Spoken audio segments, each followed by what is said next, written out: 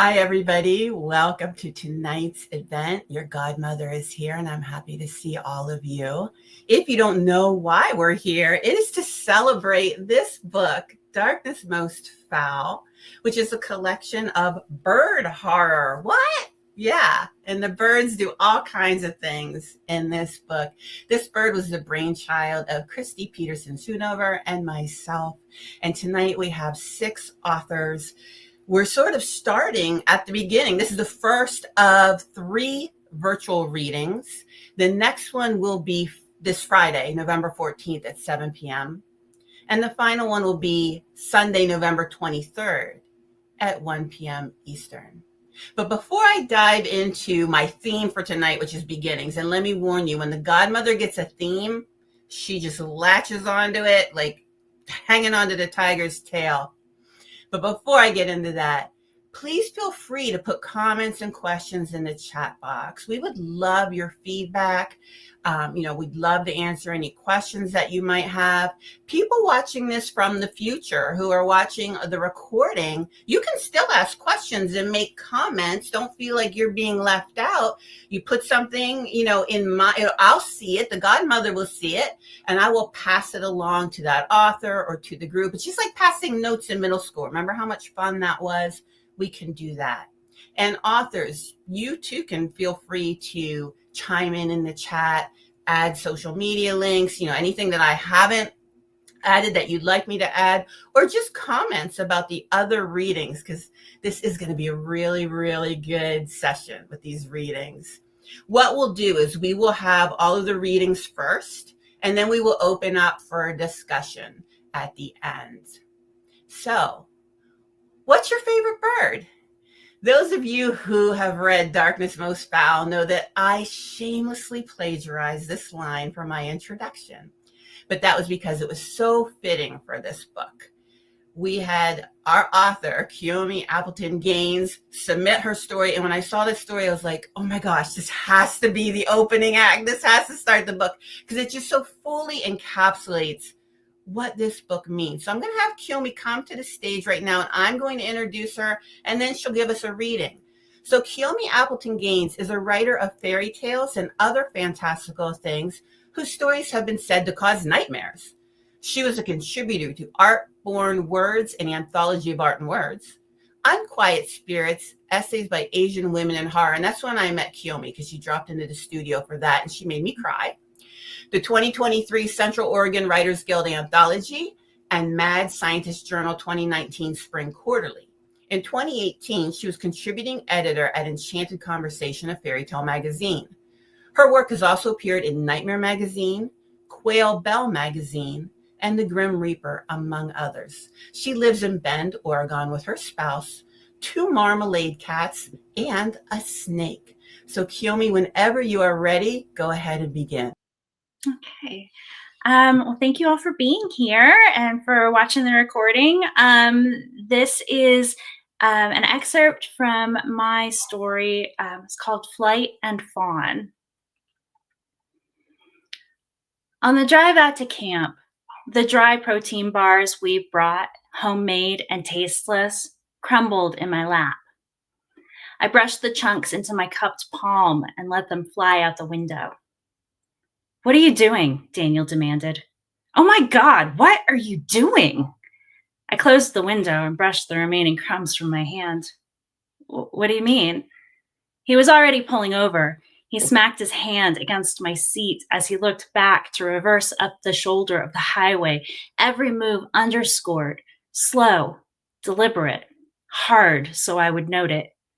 His eyes were wild, jaw clenched. He stopped and launched himself from the car, leaving his door hanging open. I got out after him, waded into the snow and tufts of grass and tree branches. He was pacing, searching the ground. Was there something in the protein bar?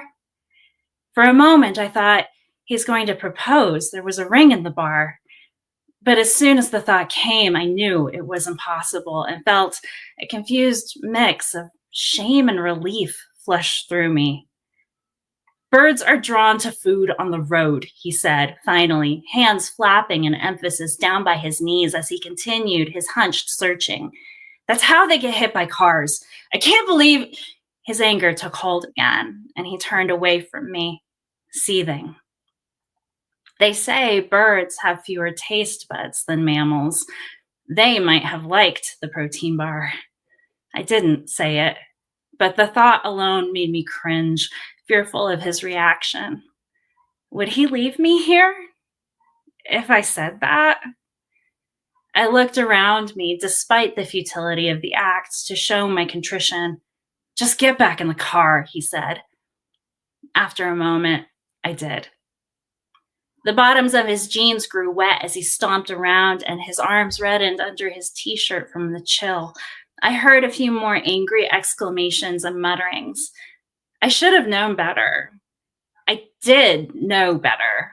Daniel had told me millions of birds are killed annually by vehicle collision, and over half of all fledgling deaths are due to roadways. I just hadn't been thinking. He slid back into his seat with a sigh, pushed something into my lap, and started the car, never looking at me. There were times when I asked myself how it had come to this. I sat cradling the remnants of a stranger's greasy fast food lunch, protected only by a thin, damp paper bag for hours of monotonous tree-lined highway, until he decided that it was time to stop, until he decided that my punishment had been enough. As a child at a birthday party, he had been hypnotized to experience life as a bird, as he put it. Not a chicken, he was quick to add. He would laugh when he said this if he was being charming. His tone would take a hard edge that threatened anger when he was not. I hated when he told this story if he was not feeling charming. Years later, he'd undergone hypnosis again. Therapeutically, he quit smoking, but something of the bird came back in its place. Mute swan, Cygnus allure, a large white water bird averaging 125 to 160 centimeters with a distinctive black bordered orange beak. They are most often found in temperate regions and can adapt to degraded habitat. Highly territorial, swans will kill intruders in their territory by drowning. In parts of the world, it is criminal offense to assault or harm swans because they are identified with the monarchy. What's your favorite bird? He asked me. He was obsessed with getting life birds and took us on ever more remote trips into the wild. Once, while standing at the lip of a gorge surrounded by tall pines, his foot slipped at the edge. I grabbed his pack, leaned back, felt my own foot skid. The slate and algae scent of water carried up to us on the breeze. He hung suspended for a beat too long, watching mud and rock skitter down the cliff face before stepping back, laughing. He would talk sometimes about the freedom of jumping off cliffs, taking flight. You could have killed us. I was enraged. It was early enough in our relationship that I still got mad at him. After that, dizzy on a surge of adrenaline, I thought for the first time that I might love him. He just laughed and laughed. In our most secret moments at night, he would whisper his strange thoughts. People used to believe in transmutation. It was a universal belief, he said. Man used to know that we are animals, used to know the secrets of how to transform. The only thing holding us back, he said, was fear. It was always a step of faith, a leap in some way, which led to transformation. What kind of bird would you want to be?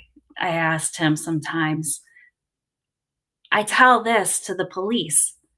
The detective who's been brought in from the city stares at me for a long moment, then closes his notebook.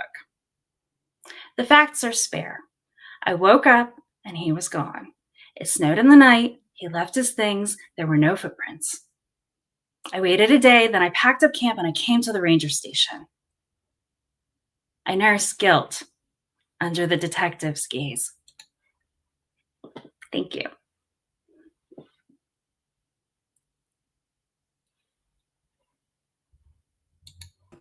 I'm sorry, I was muted. I was saying I love this story and I love it even more hearing you read it. It's so wonderful. And thank you everyone who's putting comments in the comments section. I really appreciate that too. Now this is my favorite thing. I feel so powerful.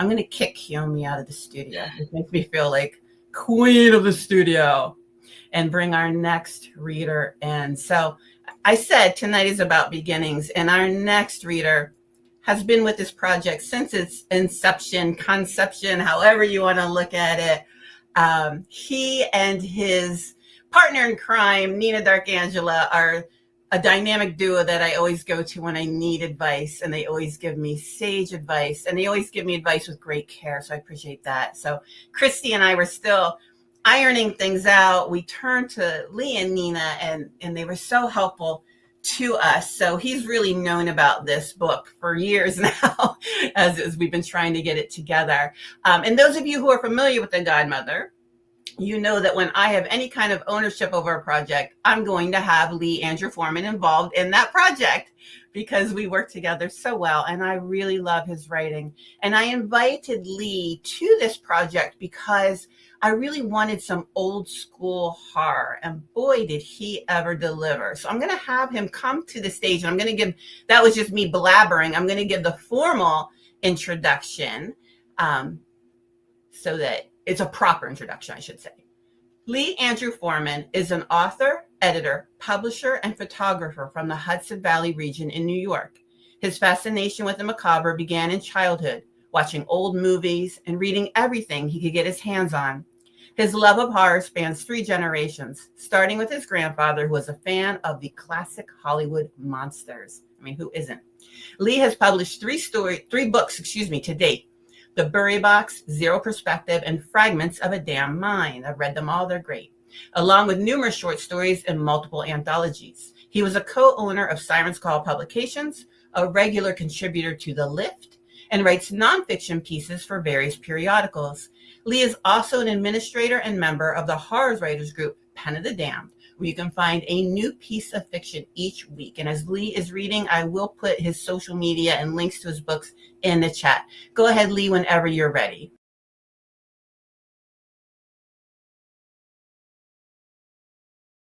I'm going to read a bit from my story titled Old Ways, and I'm going to start somewhere around the middle of the story, so I'll give you a little bit of context. The characters are a brother and sister and an uncle, and the uncle also happens to be the leader of their village. So here I'll begin. As Glynn readied for the night's events, he placed his headdress on the kitchen table. This month, Arlo had a rudimentary one to match. Glynn insisted he fully participate, and Arlo, though still not dedicated to believing in a giant unseen bird in the sky, agreed nonetheless. He figured if it made Glynn and his sister happy, why not do it? I'm glad you won't be sitting on the sidelines this time, Petra said, bringing her mask to join theirs. You've done a good job on your mask, Arlo. He nodded and smiled. I suppose it's not bad for a first try. All that matters is you do try, Glynn added. When the moon was high in the sky, the fire was lit, and everyone in the village gathered on the mesa. The drums boomed through the night. The people's feet moved in tandem as the flame grew. The sacred totem stood tall in the background. The fire's ebbing light danced up its front, feeding life into its avian eyes. Arlo placed his mask over his head and joined the mass of jubilant dancers.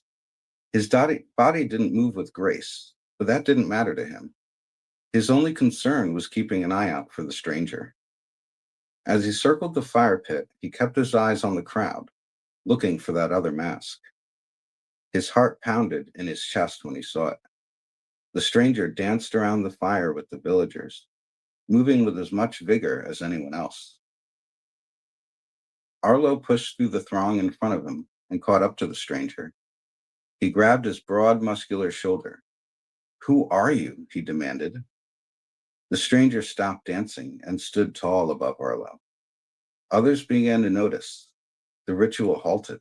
The drums went silent. All stared at their unwelcome guest. The guards came forth and readied themselves to defend the people of the village. The stranger's shadow deepened into an inky blackness darker than the night. Though he remained motionless, the silhouette elongated, blanketing all behind him. Its cast didn't match the human form from which it came.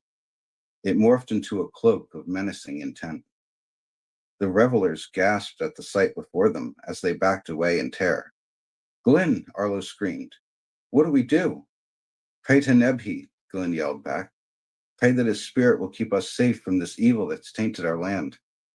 As the elder, Glynn thought he knew all there was to know about their culture and the evils which resided in it.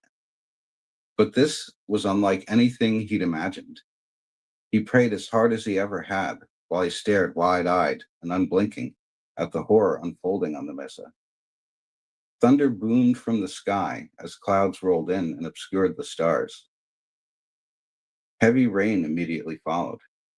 Concealed by the onslaught of the downpour, the stranger walked away into the darkness, swallowed by the storm.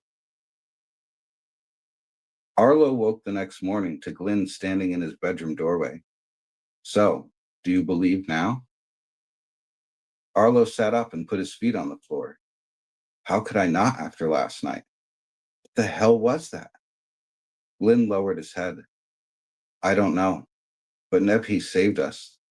Although he may be a trickster from time to time, he watches over our safety. He drew the evil away with that storm. The Oshi must have aligned themselves with something foul, evil perhaps, and sent it after us. We must be vigilant, now more than ever. Our very way of life may be under threat." As much as Arlo wanted out, he felt compelled to stay, at least until his village, and most importantly his sister, was safe. "So what now?" he asked. "We're going to visit the Oshi and try to make peace with them. Hopefully we can make them see reason. I expect you'll be coming with me?" Although Glynn phrased it as a question, Arlo knew better. It was an expectation. Arlo sighed. "Of course. I'm not just going to sit on my ass while you take all the risk." "Then let's get going. It's a long walk." "Can't we just drive?" "Absolutely not." Glynn slammed a fist against the wall. "One must follow nature if one expects it to support them. So we go on foot." While Arlo dressed and gathered whatever he thought he might need for the trip, Glynn rounded up a few of the guard to accompany them. Their people hadn't interacted with one another since Glynn was only a child. They remained apart to prevent violence and the repeat of savage history. "Are you ready for this?" Glynn asked Arlo as they stood at the edge of the village, peering out across the arid landscape they intended to cross. Arlo nodded and took the first step forward. Glynn smiled, proud of the young man he raised. Arlo had always been so wrapped up in what the outside world had to offer, he never took the time to appreciate his own culture, his heritage, his lineage. And I'm going to leave it at that so I don't give too much away. Thank you for that. That was wonderful. And make sure you're going into the comments box, everybody. That's the top box in our studio. People are giving praise in the comments. I want to make sure that you're all seeing them. So Lee, I'm going to have you move out now, and then I'm going to bring you back at the end along with everybody else. But there have been some really nice comments in the comment box.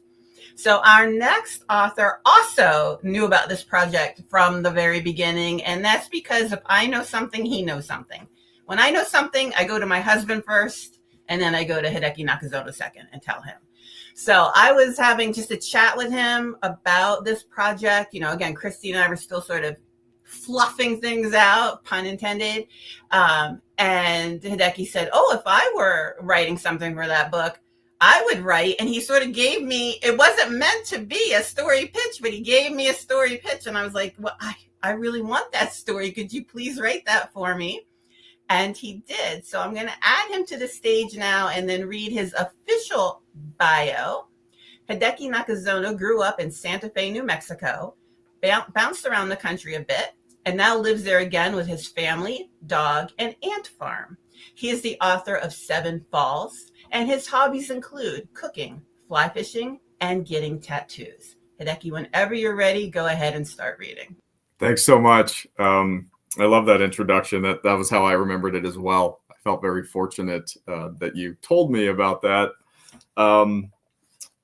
as the story sort of came about from that. So I'm going to be starting from the beginning of mine, and I'll read a little bit there. The story is titled The Heaven's Demand. Sky burials have taken place in the high mountains of Tibet since before Dadan's people began recording their history.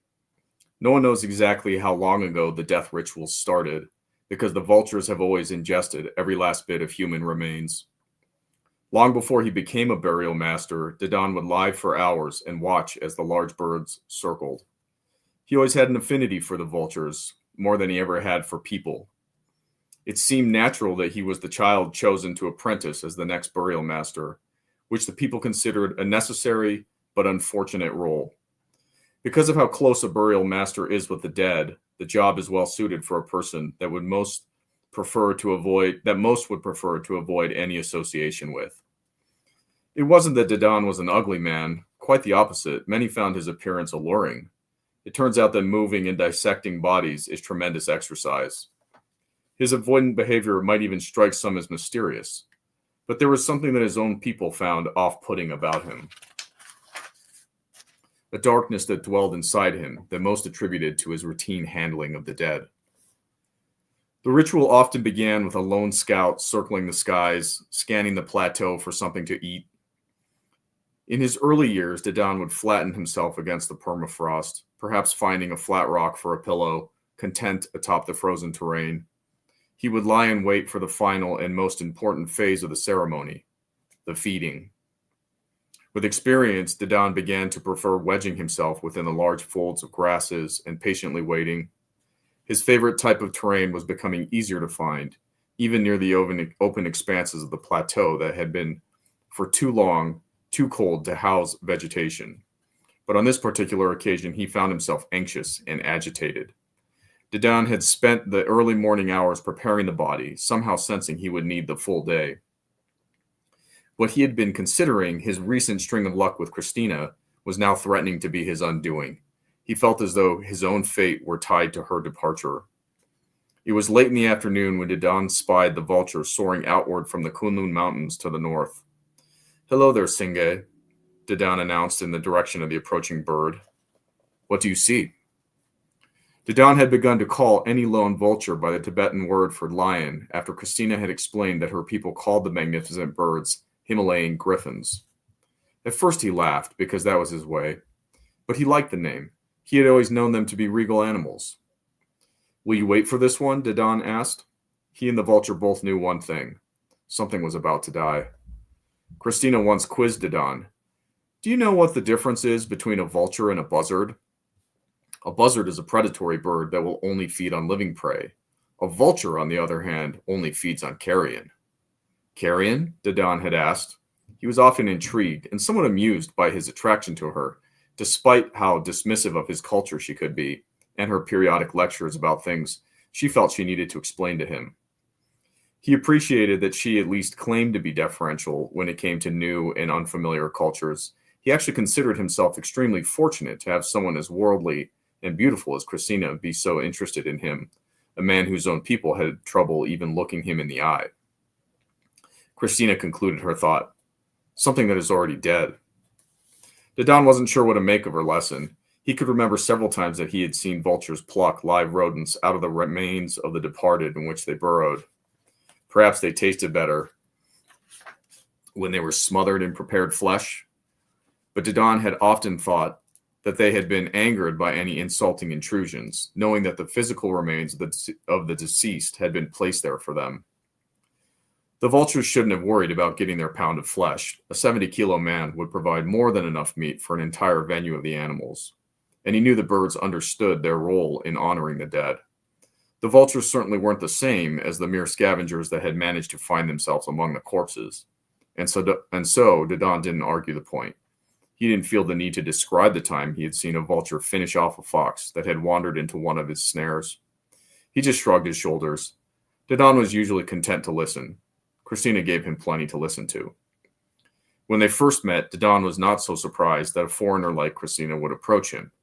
While his own people steered clear of him, many tourists were fascinated by Didon's exotic death ritual, though most were men, and none ever seemed as interested as Christina. Most foreigners were careful to be respectful and attempted to be reverent, despite the death and decay that lingered in the air. Or perhaps, for some, that was the cause for reverence. But Christina's interest seemed to go deeper. Her insistence was fueled by a maniacal intrigue. While being approached by tourists was something that Didon had grown used to, Christina's appearance was sudden and unexpected. The night they met, he had been lying near the ceremonial circle, staring at the stars. He knew he wouldn't tire for quite some time because of the hunger. He had developed a custom of fasting when he was approaching a ceremony. The passive form of suffering had even become something that he would crave as part of the ritual. And I'll stop my reading there. A good place to stop. Thank you so much. That's such a great story. And you are getting a lot of comments in the comment box. One thing that's happening is that some of our authors are unable, they're only able to be in our private chat in the studio, and they're unable to get into the comment box because they need to log in with YouTube or Facebook or something. So what I'm going to do is make sure that the authors get those comments. I'll try to send them the comments about their stories so they're able to see them. So thank you so much, Hideki. I'm going to kick you out. Get out. And our next story, I told you when I have a theme, so going back to beginnings, I've always loved fairy tales. As a little girl, I love fairy tales. I will make this theme work. I will. Our next author, the story that she submitted is a fairy tale. It has anthropomorphic birds. It has a lesson that's really poignant for us. And I am going to have Holly jump in on the stage while I give her formal introduction. Holly Cornetto was born and raised in Alabama, but now lives in New Jersey. To indulge her love of books and stories, she became a librarian. She is also a writer because the only thing better than being surrounded by stories is to create them herself. I'm going to jump out and let her begin reading, but I will put some of her links in the comments for everybody to see. Go ahead, Holly. Thank you so much. So just a little bit of context, I guess. With this, when I was introduced to the theme and told birds, the first thing that came to mind for me were fairy tales, fables. I think birds are such wonderful creatures that just in general, in my life, so much wonder and awe. I mean, there's just a variety of colors and sounds, and it's just birds are beautiful creatures. So the first thing in my mind is obviously these fairy tales, sometimes a little darker, because in addition to horror, I do love a good fairy tale. So as mentioned, mine kind of has a bit of a fairy tale fable vibe to it. It has some anthropomorphic bits to it. I'm going to read the opening because my tale, because of the way I structured it as a fairy tale and a fable, it is pretty short. It might be one of the shortest in the collection. So I'm going to start from the beginning, and I'm going to read the first few pages of it, and I hope you enjoy. I was singing on the day I grew feathers. I'd always envied birds and wanted to join them on their flights of fancy. Flights of fancy was what my mother called it when I'd been daydreaming, when I was reading a book instead of washing the dishes or taking out the trash. One day I told her that I couldn't wait to grow wings and fly away. "Don't be in a rush to grow up," she said. "Flying is a lot of work and many things can knock you from the sky." I was 17 when she died. The day after her funeral, I noticed tiny bumps on my arms, and the spot between my shoulder blades began to itch. My father didn't talk about her death, and life seemed to carry on as it had always done. I whistled as I did the laundry. The whistling turned into humming, and the humming to singing. Feathers broke through my skin as I sang. My plumage was beautiful, black with blue shimmer, like my mother's. I told my father that I wanted to test my wings. Don't be in such a rush to grow up, he said. Just because you have wings doesn't mean you can fly. Days turned to weeks, and weeks to months, before my persistence wore him down. I went flying about town. I preened and ruffled my feathers. I stretched my neck and trilled, "Look at me, look at me." They did. They looked and they talked. They're jealous of my plumage, I thought. They're jealous of my song. I felt invincible. I could fly anywhere. I turned heads when I flew. Some admirers followed as I flitted from tree to tree. Magpie was the boldest, leaving gifts for me to find. My father noticed the gifts and began to worry. "I wish your mother were here. She would know what to say." He asked my grandmother to speak to me. She tisk-tisked, surveying the gifts left for me. "You must learn how to judge those who admire you." I pointed to the jewels. "He can be judged by the quality of the gifts." Grandmother shook her head. "Nothing of value can be judged solely by its appearance." "But surely beautiful things are good." "Eyes can be fooled. Some beauty is only seen by the heart." "I don't understand." "Then let me speak plainly. Magpie collects finery to show off. He does not cherish things, only cares that he possesses them." I ran my feathers across a fine silk scarf. "If he brings me such gifts, he must value me. To him, things exist to impress others. He doesn't value them, nor will he value you." I nodded again, though not sure I understood.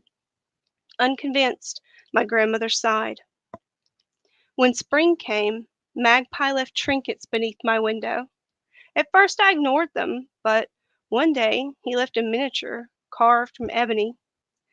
I studied the intricately carved feathers and realized it was made in my likeness, a testament in ebony to my beauty. In the end, I gave in and flew with him. He lavished me with precious stones and silver and gold. I felt appreciated. In time, I found my bracelets were not ornaments, but shackles, binding me to his side. My home was not a cozy nest, but a gilt cage. "Why am I caged?" I asked Magpie. "To display your beauty, of course." "Can my beauty not be displayed on your arm?" "You will lay soon. Best to keep you and our beautiful chicks safe." I spent my days weeping. Soon I did lay, and I cared for my eggs night and day. I sang to them and bathed them in my tears. But sadness is not a fertile soil in which to grow, and so only one egg hatched. And I'm going to leave it there. So thank you very much. Thank you. There's a lot of comments. I'm trying to save them all in the comment box. People are loving the fairy tale theme, loving your voice while you're reading. So thank you so much, Holly, for reading for us tonight. We are getting there, people. Our next story, on the one hand, I'm reading it and I'm thinking, I've been here. I've been down this road. I've been to this yard sale. I recognize everything. And then on the other hand, I was like, where are we going? And this is a trip. This story takes you on a trip, both literally and figuratively. It's very exciting. I'm going to bring our author to the stage and do her formal introduction, and I will be putting things in the chat as well. Nikki Kallio is the author of the short fiction collection Finding the Bones.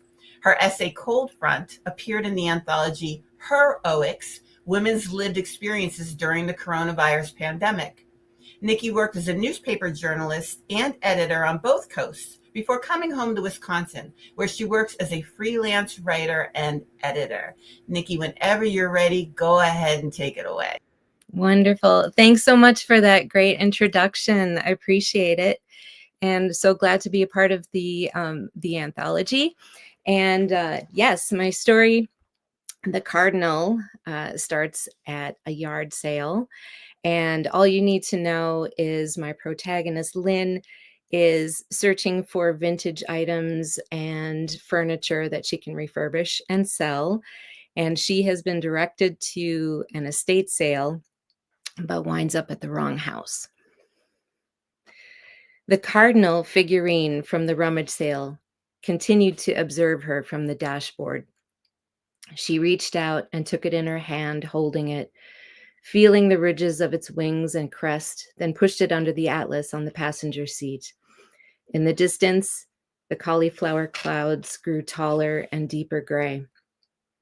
There were a couple of power poles along the road at wind-blown angles. She looked for a road sign or mile marker to help tell her where she was. She checked the next house for a fire number to see if she could get a clue as to how close or far away this sale might be.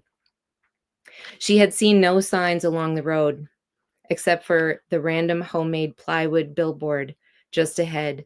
It was painted yellow with black block letters. Hell is real.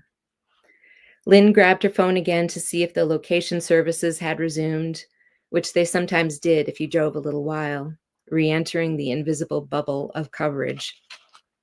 She knew she shouldn't be checking apps while driving, but she rationalized that no other drivers were anywhere to be seen.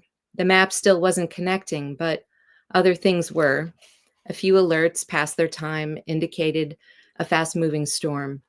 She opened a weather app and checked the radar, seeing the angry red splotch moving closer in the west. Now, though, she caught a glimpse of neon, possibly a handmade sign indicating where the estate sale was supposed to be.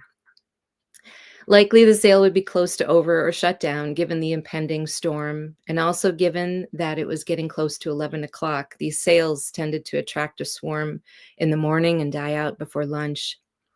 Lynn doubted that she'd find anything left worth purchasing, even if it was still open. Certainly the dressers that the lady at the rummage had mentioned would be gone. It would be down to old Tupperware, polyester clothes, chipped figurines, and used bathroom rugs. But she was almost there. She might as well stop and search for things someone else may have overlooked. Maybe the threat of the storm had kept others away and there would be lots of treasures left. Maybe going about her normal business would shake herself from the feeling that everything suddenly felt wrong. In the distance, Lynn spotted something bright green with streaks of black fluttering in the breeze. A handwritten tagboard sale sign, crumpled, but visible near an overgrown gravel drive. The estate sale. She pressed the gas and aimed the truck toward the driveway, passing only one other driveway before reaching the gravel near the sodden neon sign. The sign was wrapped around a mailbox post pinned there only by the wind. Lynn edged the truck into the narrow driveway, which was lined with clusters of weeds and seemed to divide a wetland and a thicket of trees. Lynn stopped the truck and peered down the gravel lane. The house wasn't visible from the road. Impulsively, she pulled the emergency brake and exited the truck, stepping over to the mailbox to peel the now sodden sign from it. The sign was torn and scuffed with mud and appeared to have previously been fastened to a yard stake. The sign simply read, "Estate sale here," in black marker, forgoing an address in favor of large lettering. She checked the address on the mailbox, and it apparently matched the one on the smudged newspaper, depending on if the illegible number on the newsprint had in fact ended in a 3. She checked the mailbox for a name.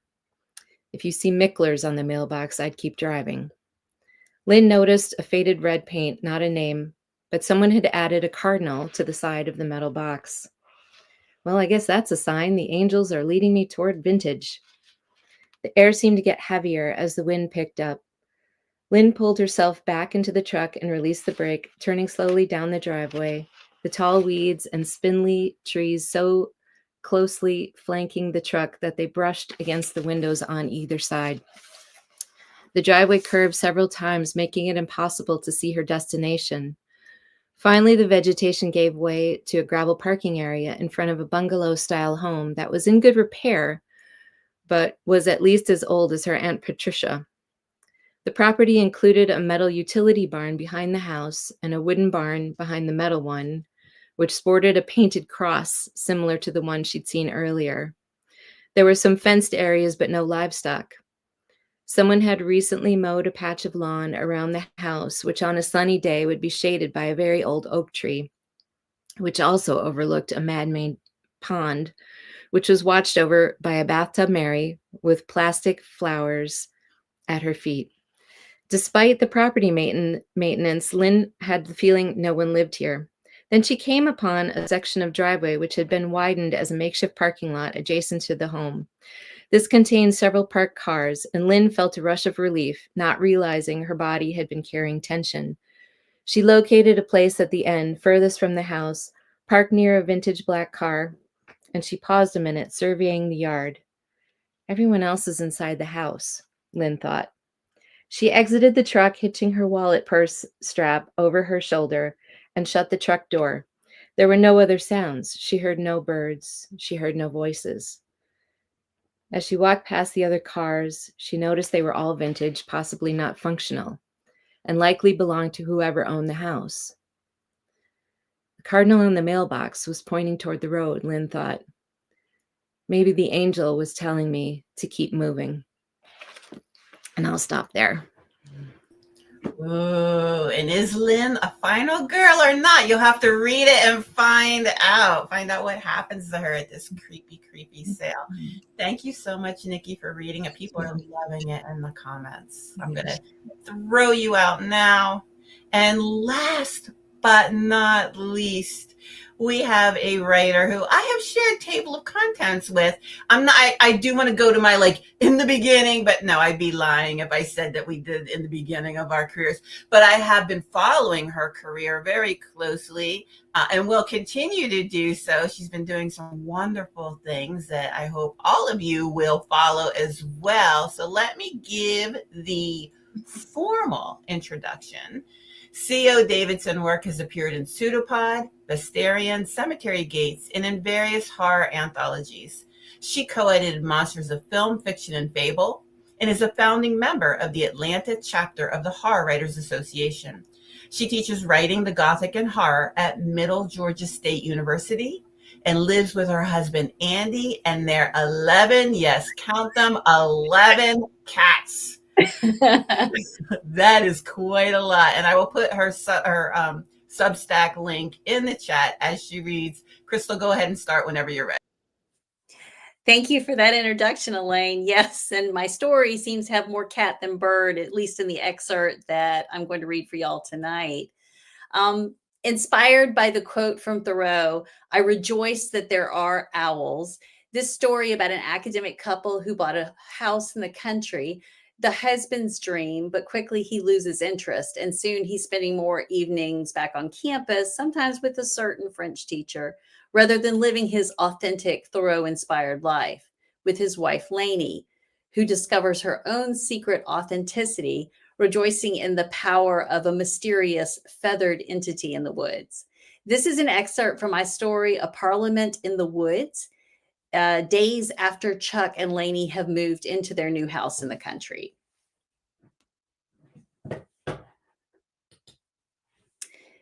Jesus Christ! Oh, Jesus!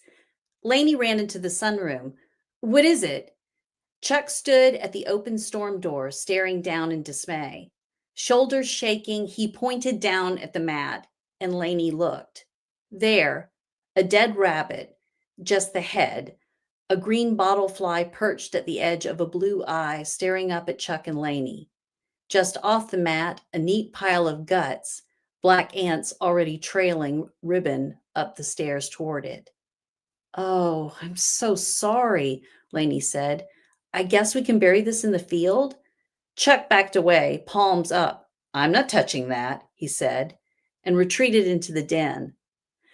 Lainey sighed and retrieved the shovel from the shed, scooped up the remains, and brought them into the field, digging a hole and burying them. She hosed off the porch. She knew this had been the work of the cat. Last Tuesday, Chuck was at the university teaching one of his evening classes, and Lainey had been sitting on the back porch, serenaded by pond frogs while she drank wine. Into her third glass, a large striped tabby came slinking out of the meadow, up the back steps, and flopped at her feet. He looked up at Lainey. He had a snaggletooth that pulled his upper lip into a rakish sneer. Delighted, she called him a big, pretty boy, and he answered with a purr, like an old outboard motor turning over. He then shifted to an angle that allowed him to lick his prodigious balls. That evening, Lainey fed him leftover chicken strips. But the next day, she bought a bag of kibble and cans of cat food, all now stored in the back of the pantry. Then came almost daily gifts, dead robins, baby mice, that so far Lainey had managed to hide from Chuck, except for the rabbit incident, which she blamed on a fox. Her husband knew nothing of foxes apart from his one encounter, and less about cats, only that he was an opponent of those who fed the stray cat population on campus. An invasive species, he'd tell people like the biologists who cared about such things. Lainey had bought a carrier that she stashed behind unpacked moving boxes in a deep hall closet and planned to coax the cat into the box and take him to the vet for shots and to permanently fix those balls. But the vet wasn't open in the evenings when Chuck was on campus, and the cat would creep out of the meadow and up the porch steps. It didn't matter that Lainey met the cat with a food bowl already down. He would always wind around her legs and then lean in for pets before he ate. Afterwards, he'd curl up at her feet or sit at the top of the steps, staring into the woods, staying for hours. Only when Chuck's car finally pulled into the drive, the cat would slink down the steps and into the meadow, vanishing into the tree line, just as Chuck walked up those steps. Chuck would grin, and Lainey would often smell beer, sometimes a whiff of perfume. Not hers. She wondered if it were French. Several years ago, Lainey had seen a PBS documentary on Thoreau. While the writer was living in the woods, an experiment away from society that he'd later record in Walden, the cabin he built was actually only a few miles from town, where he'd often visit his aunt around dinner time.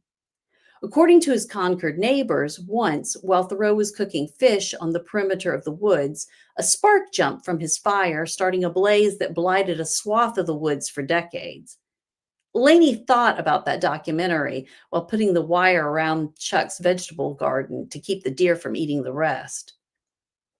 While walking to the mailbox or loading garbage cans into Chuck's shiny truck to take the trash to a dump a county away, she noticed a few cars slowing down as they drove by the house. Then she saw what they did, the weedy beds and tall grass. I'm wilding the entire yard, even the front. People just can't appreciate the natural world, Chuck said.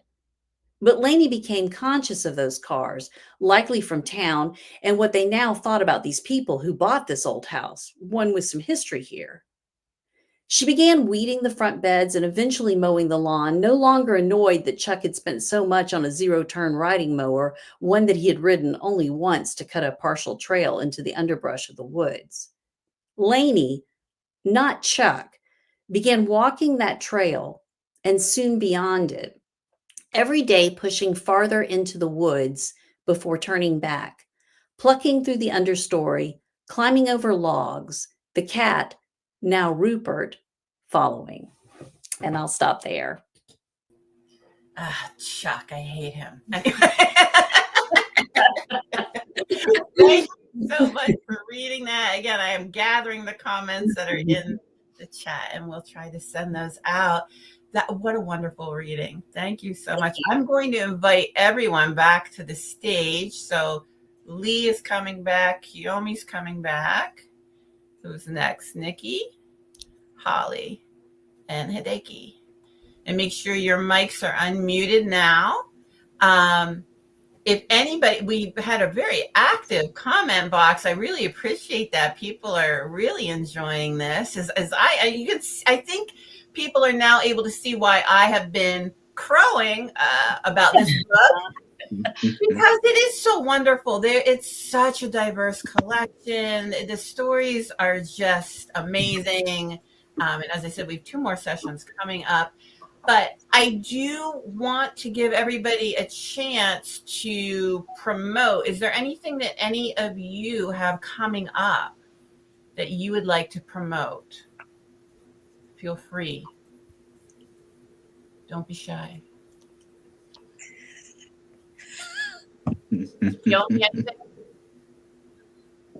I have something I'm working on, but it's not finished yet.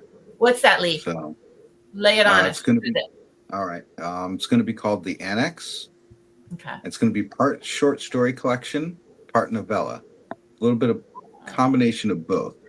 And it's going to be a group of stories that all take place in the same mental asylum.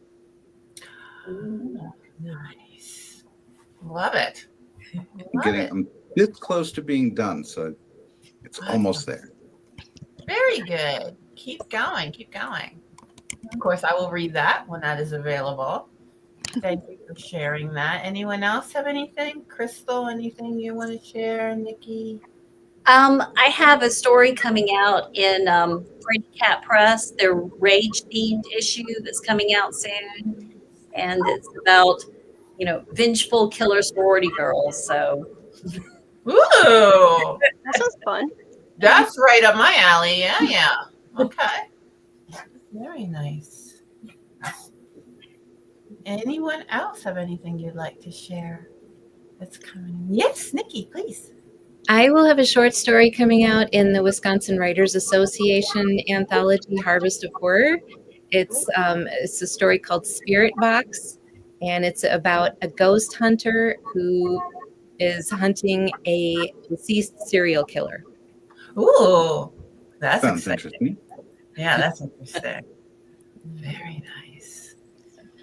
And certainly if people don't want to share right now, I've been putting ways that we can follow you in the comment box. So please keep your eyes out for these authors because I am so grateful for the gifts that they've given me in terms of these stories. As I was collecting these stories, I couldn't believe, I was like, you gave me your best of your best. And not that I expected any less than that, but I was just kind of like, oh my God, they gave me this story that's so amazing. And so I hope everyone sort of has that feeling when they're reading it of like, wow, this really is the best of the best. Any final comments from people in the comments? You've been so engaged and I really love that. Nothing. It looks like we're I know we're winding. I know it's getting late. I am so old that I'm like looking at my watch, like I can barely stay awake. So what I would like to do then, if no one has anything else, I would like to wrap this up. And as you know, your godmother loves you and your godmother grants wishes, but sometimes she makes requests. And right now her request is that everybody here, authors, audience, people from the future watching the recording, be kind to yourselves because you deserve kindness. Okay? Your godmother loves you. I want you to be kind. So I am going to end this stream. Thank you everybody for coming. Mwah, mwah, mwah. Thank you.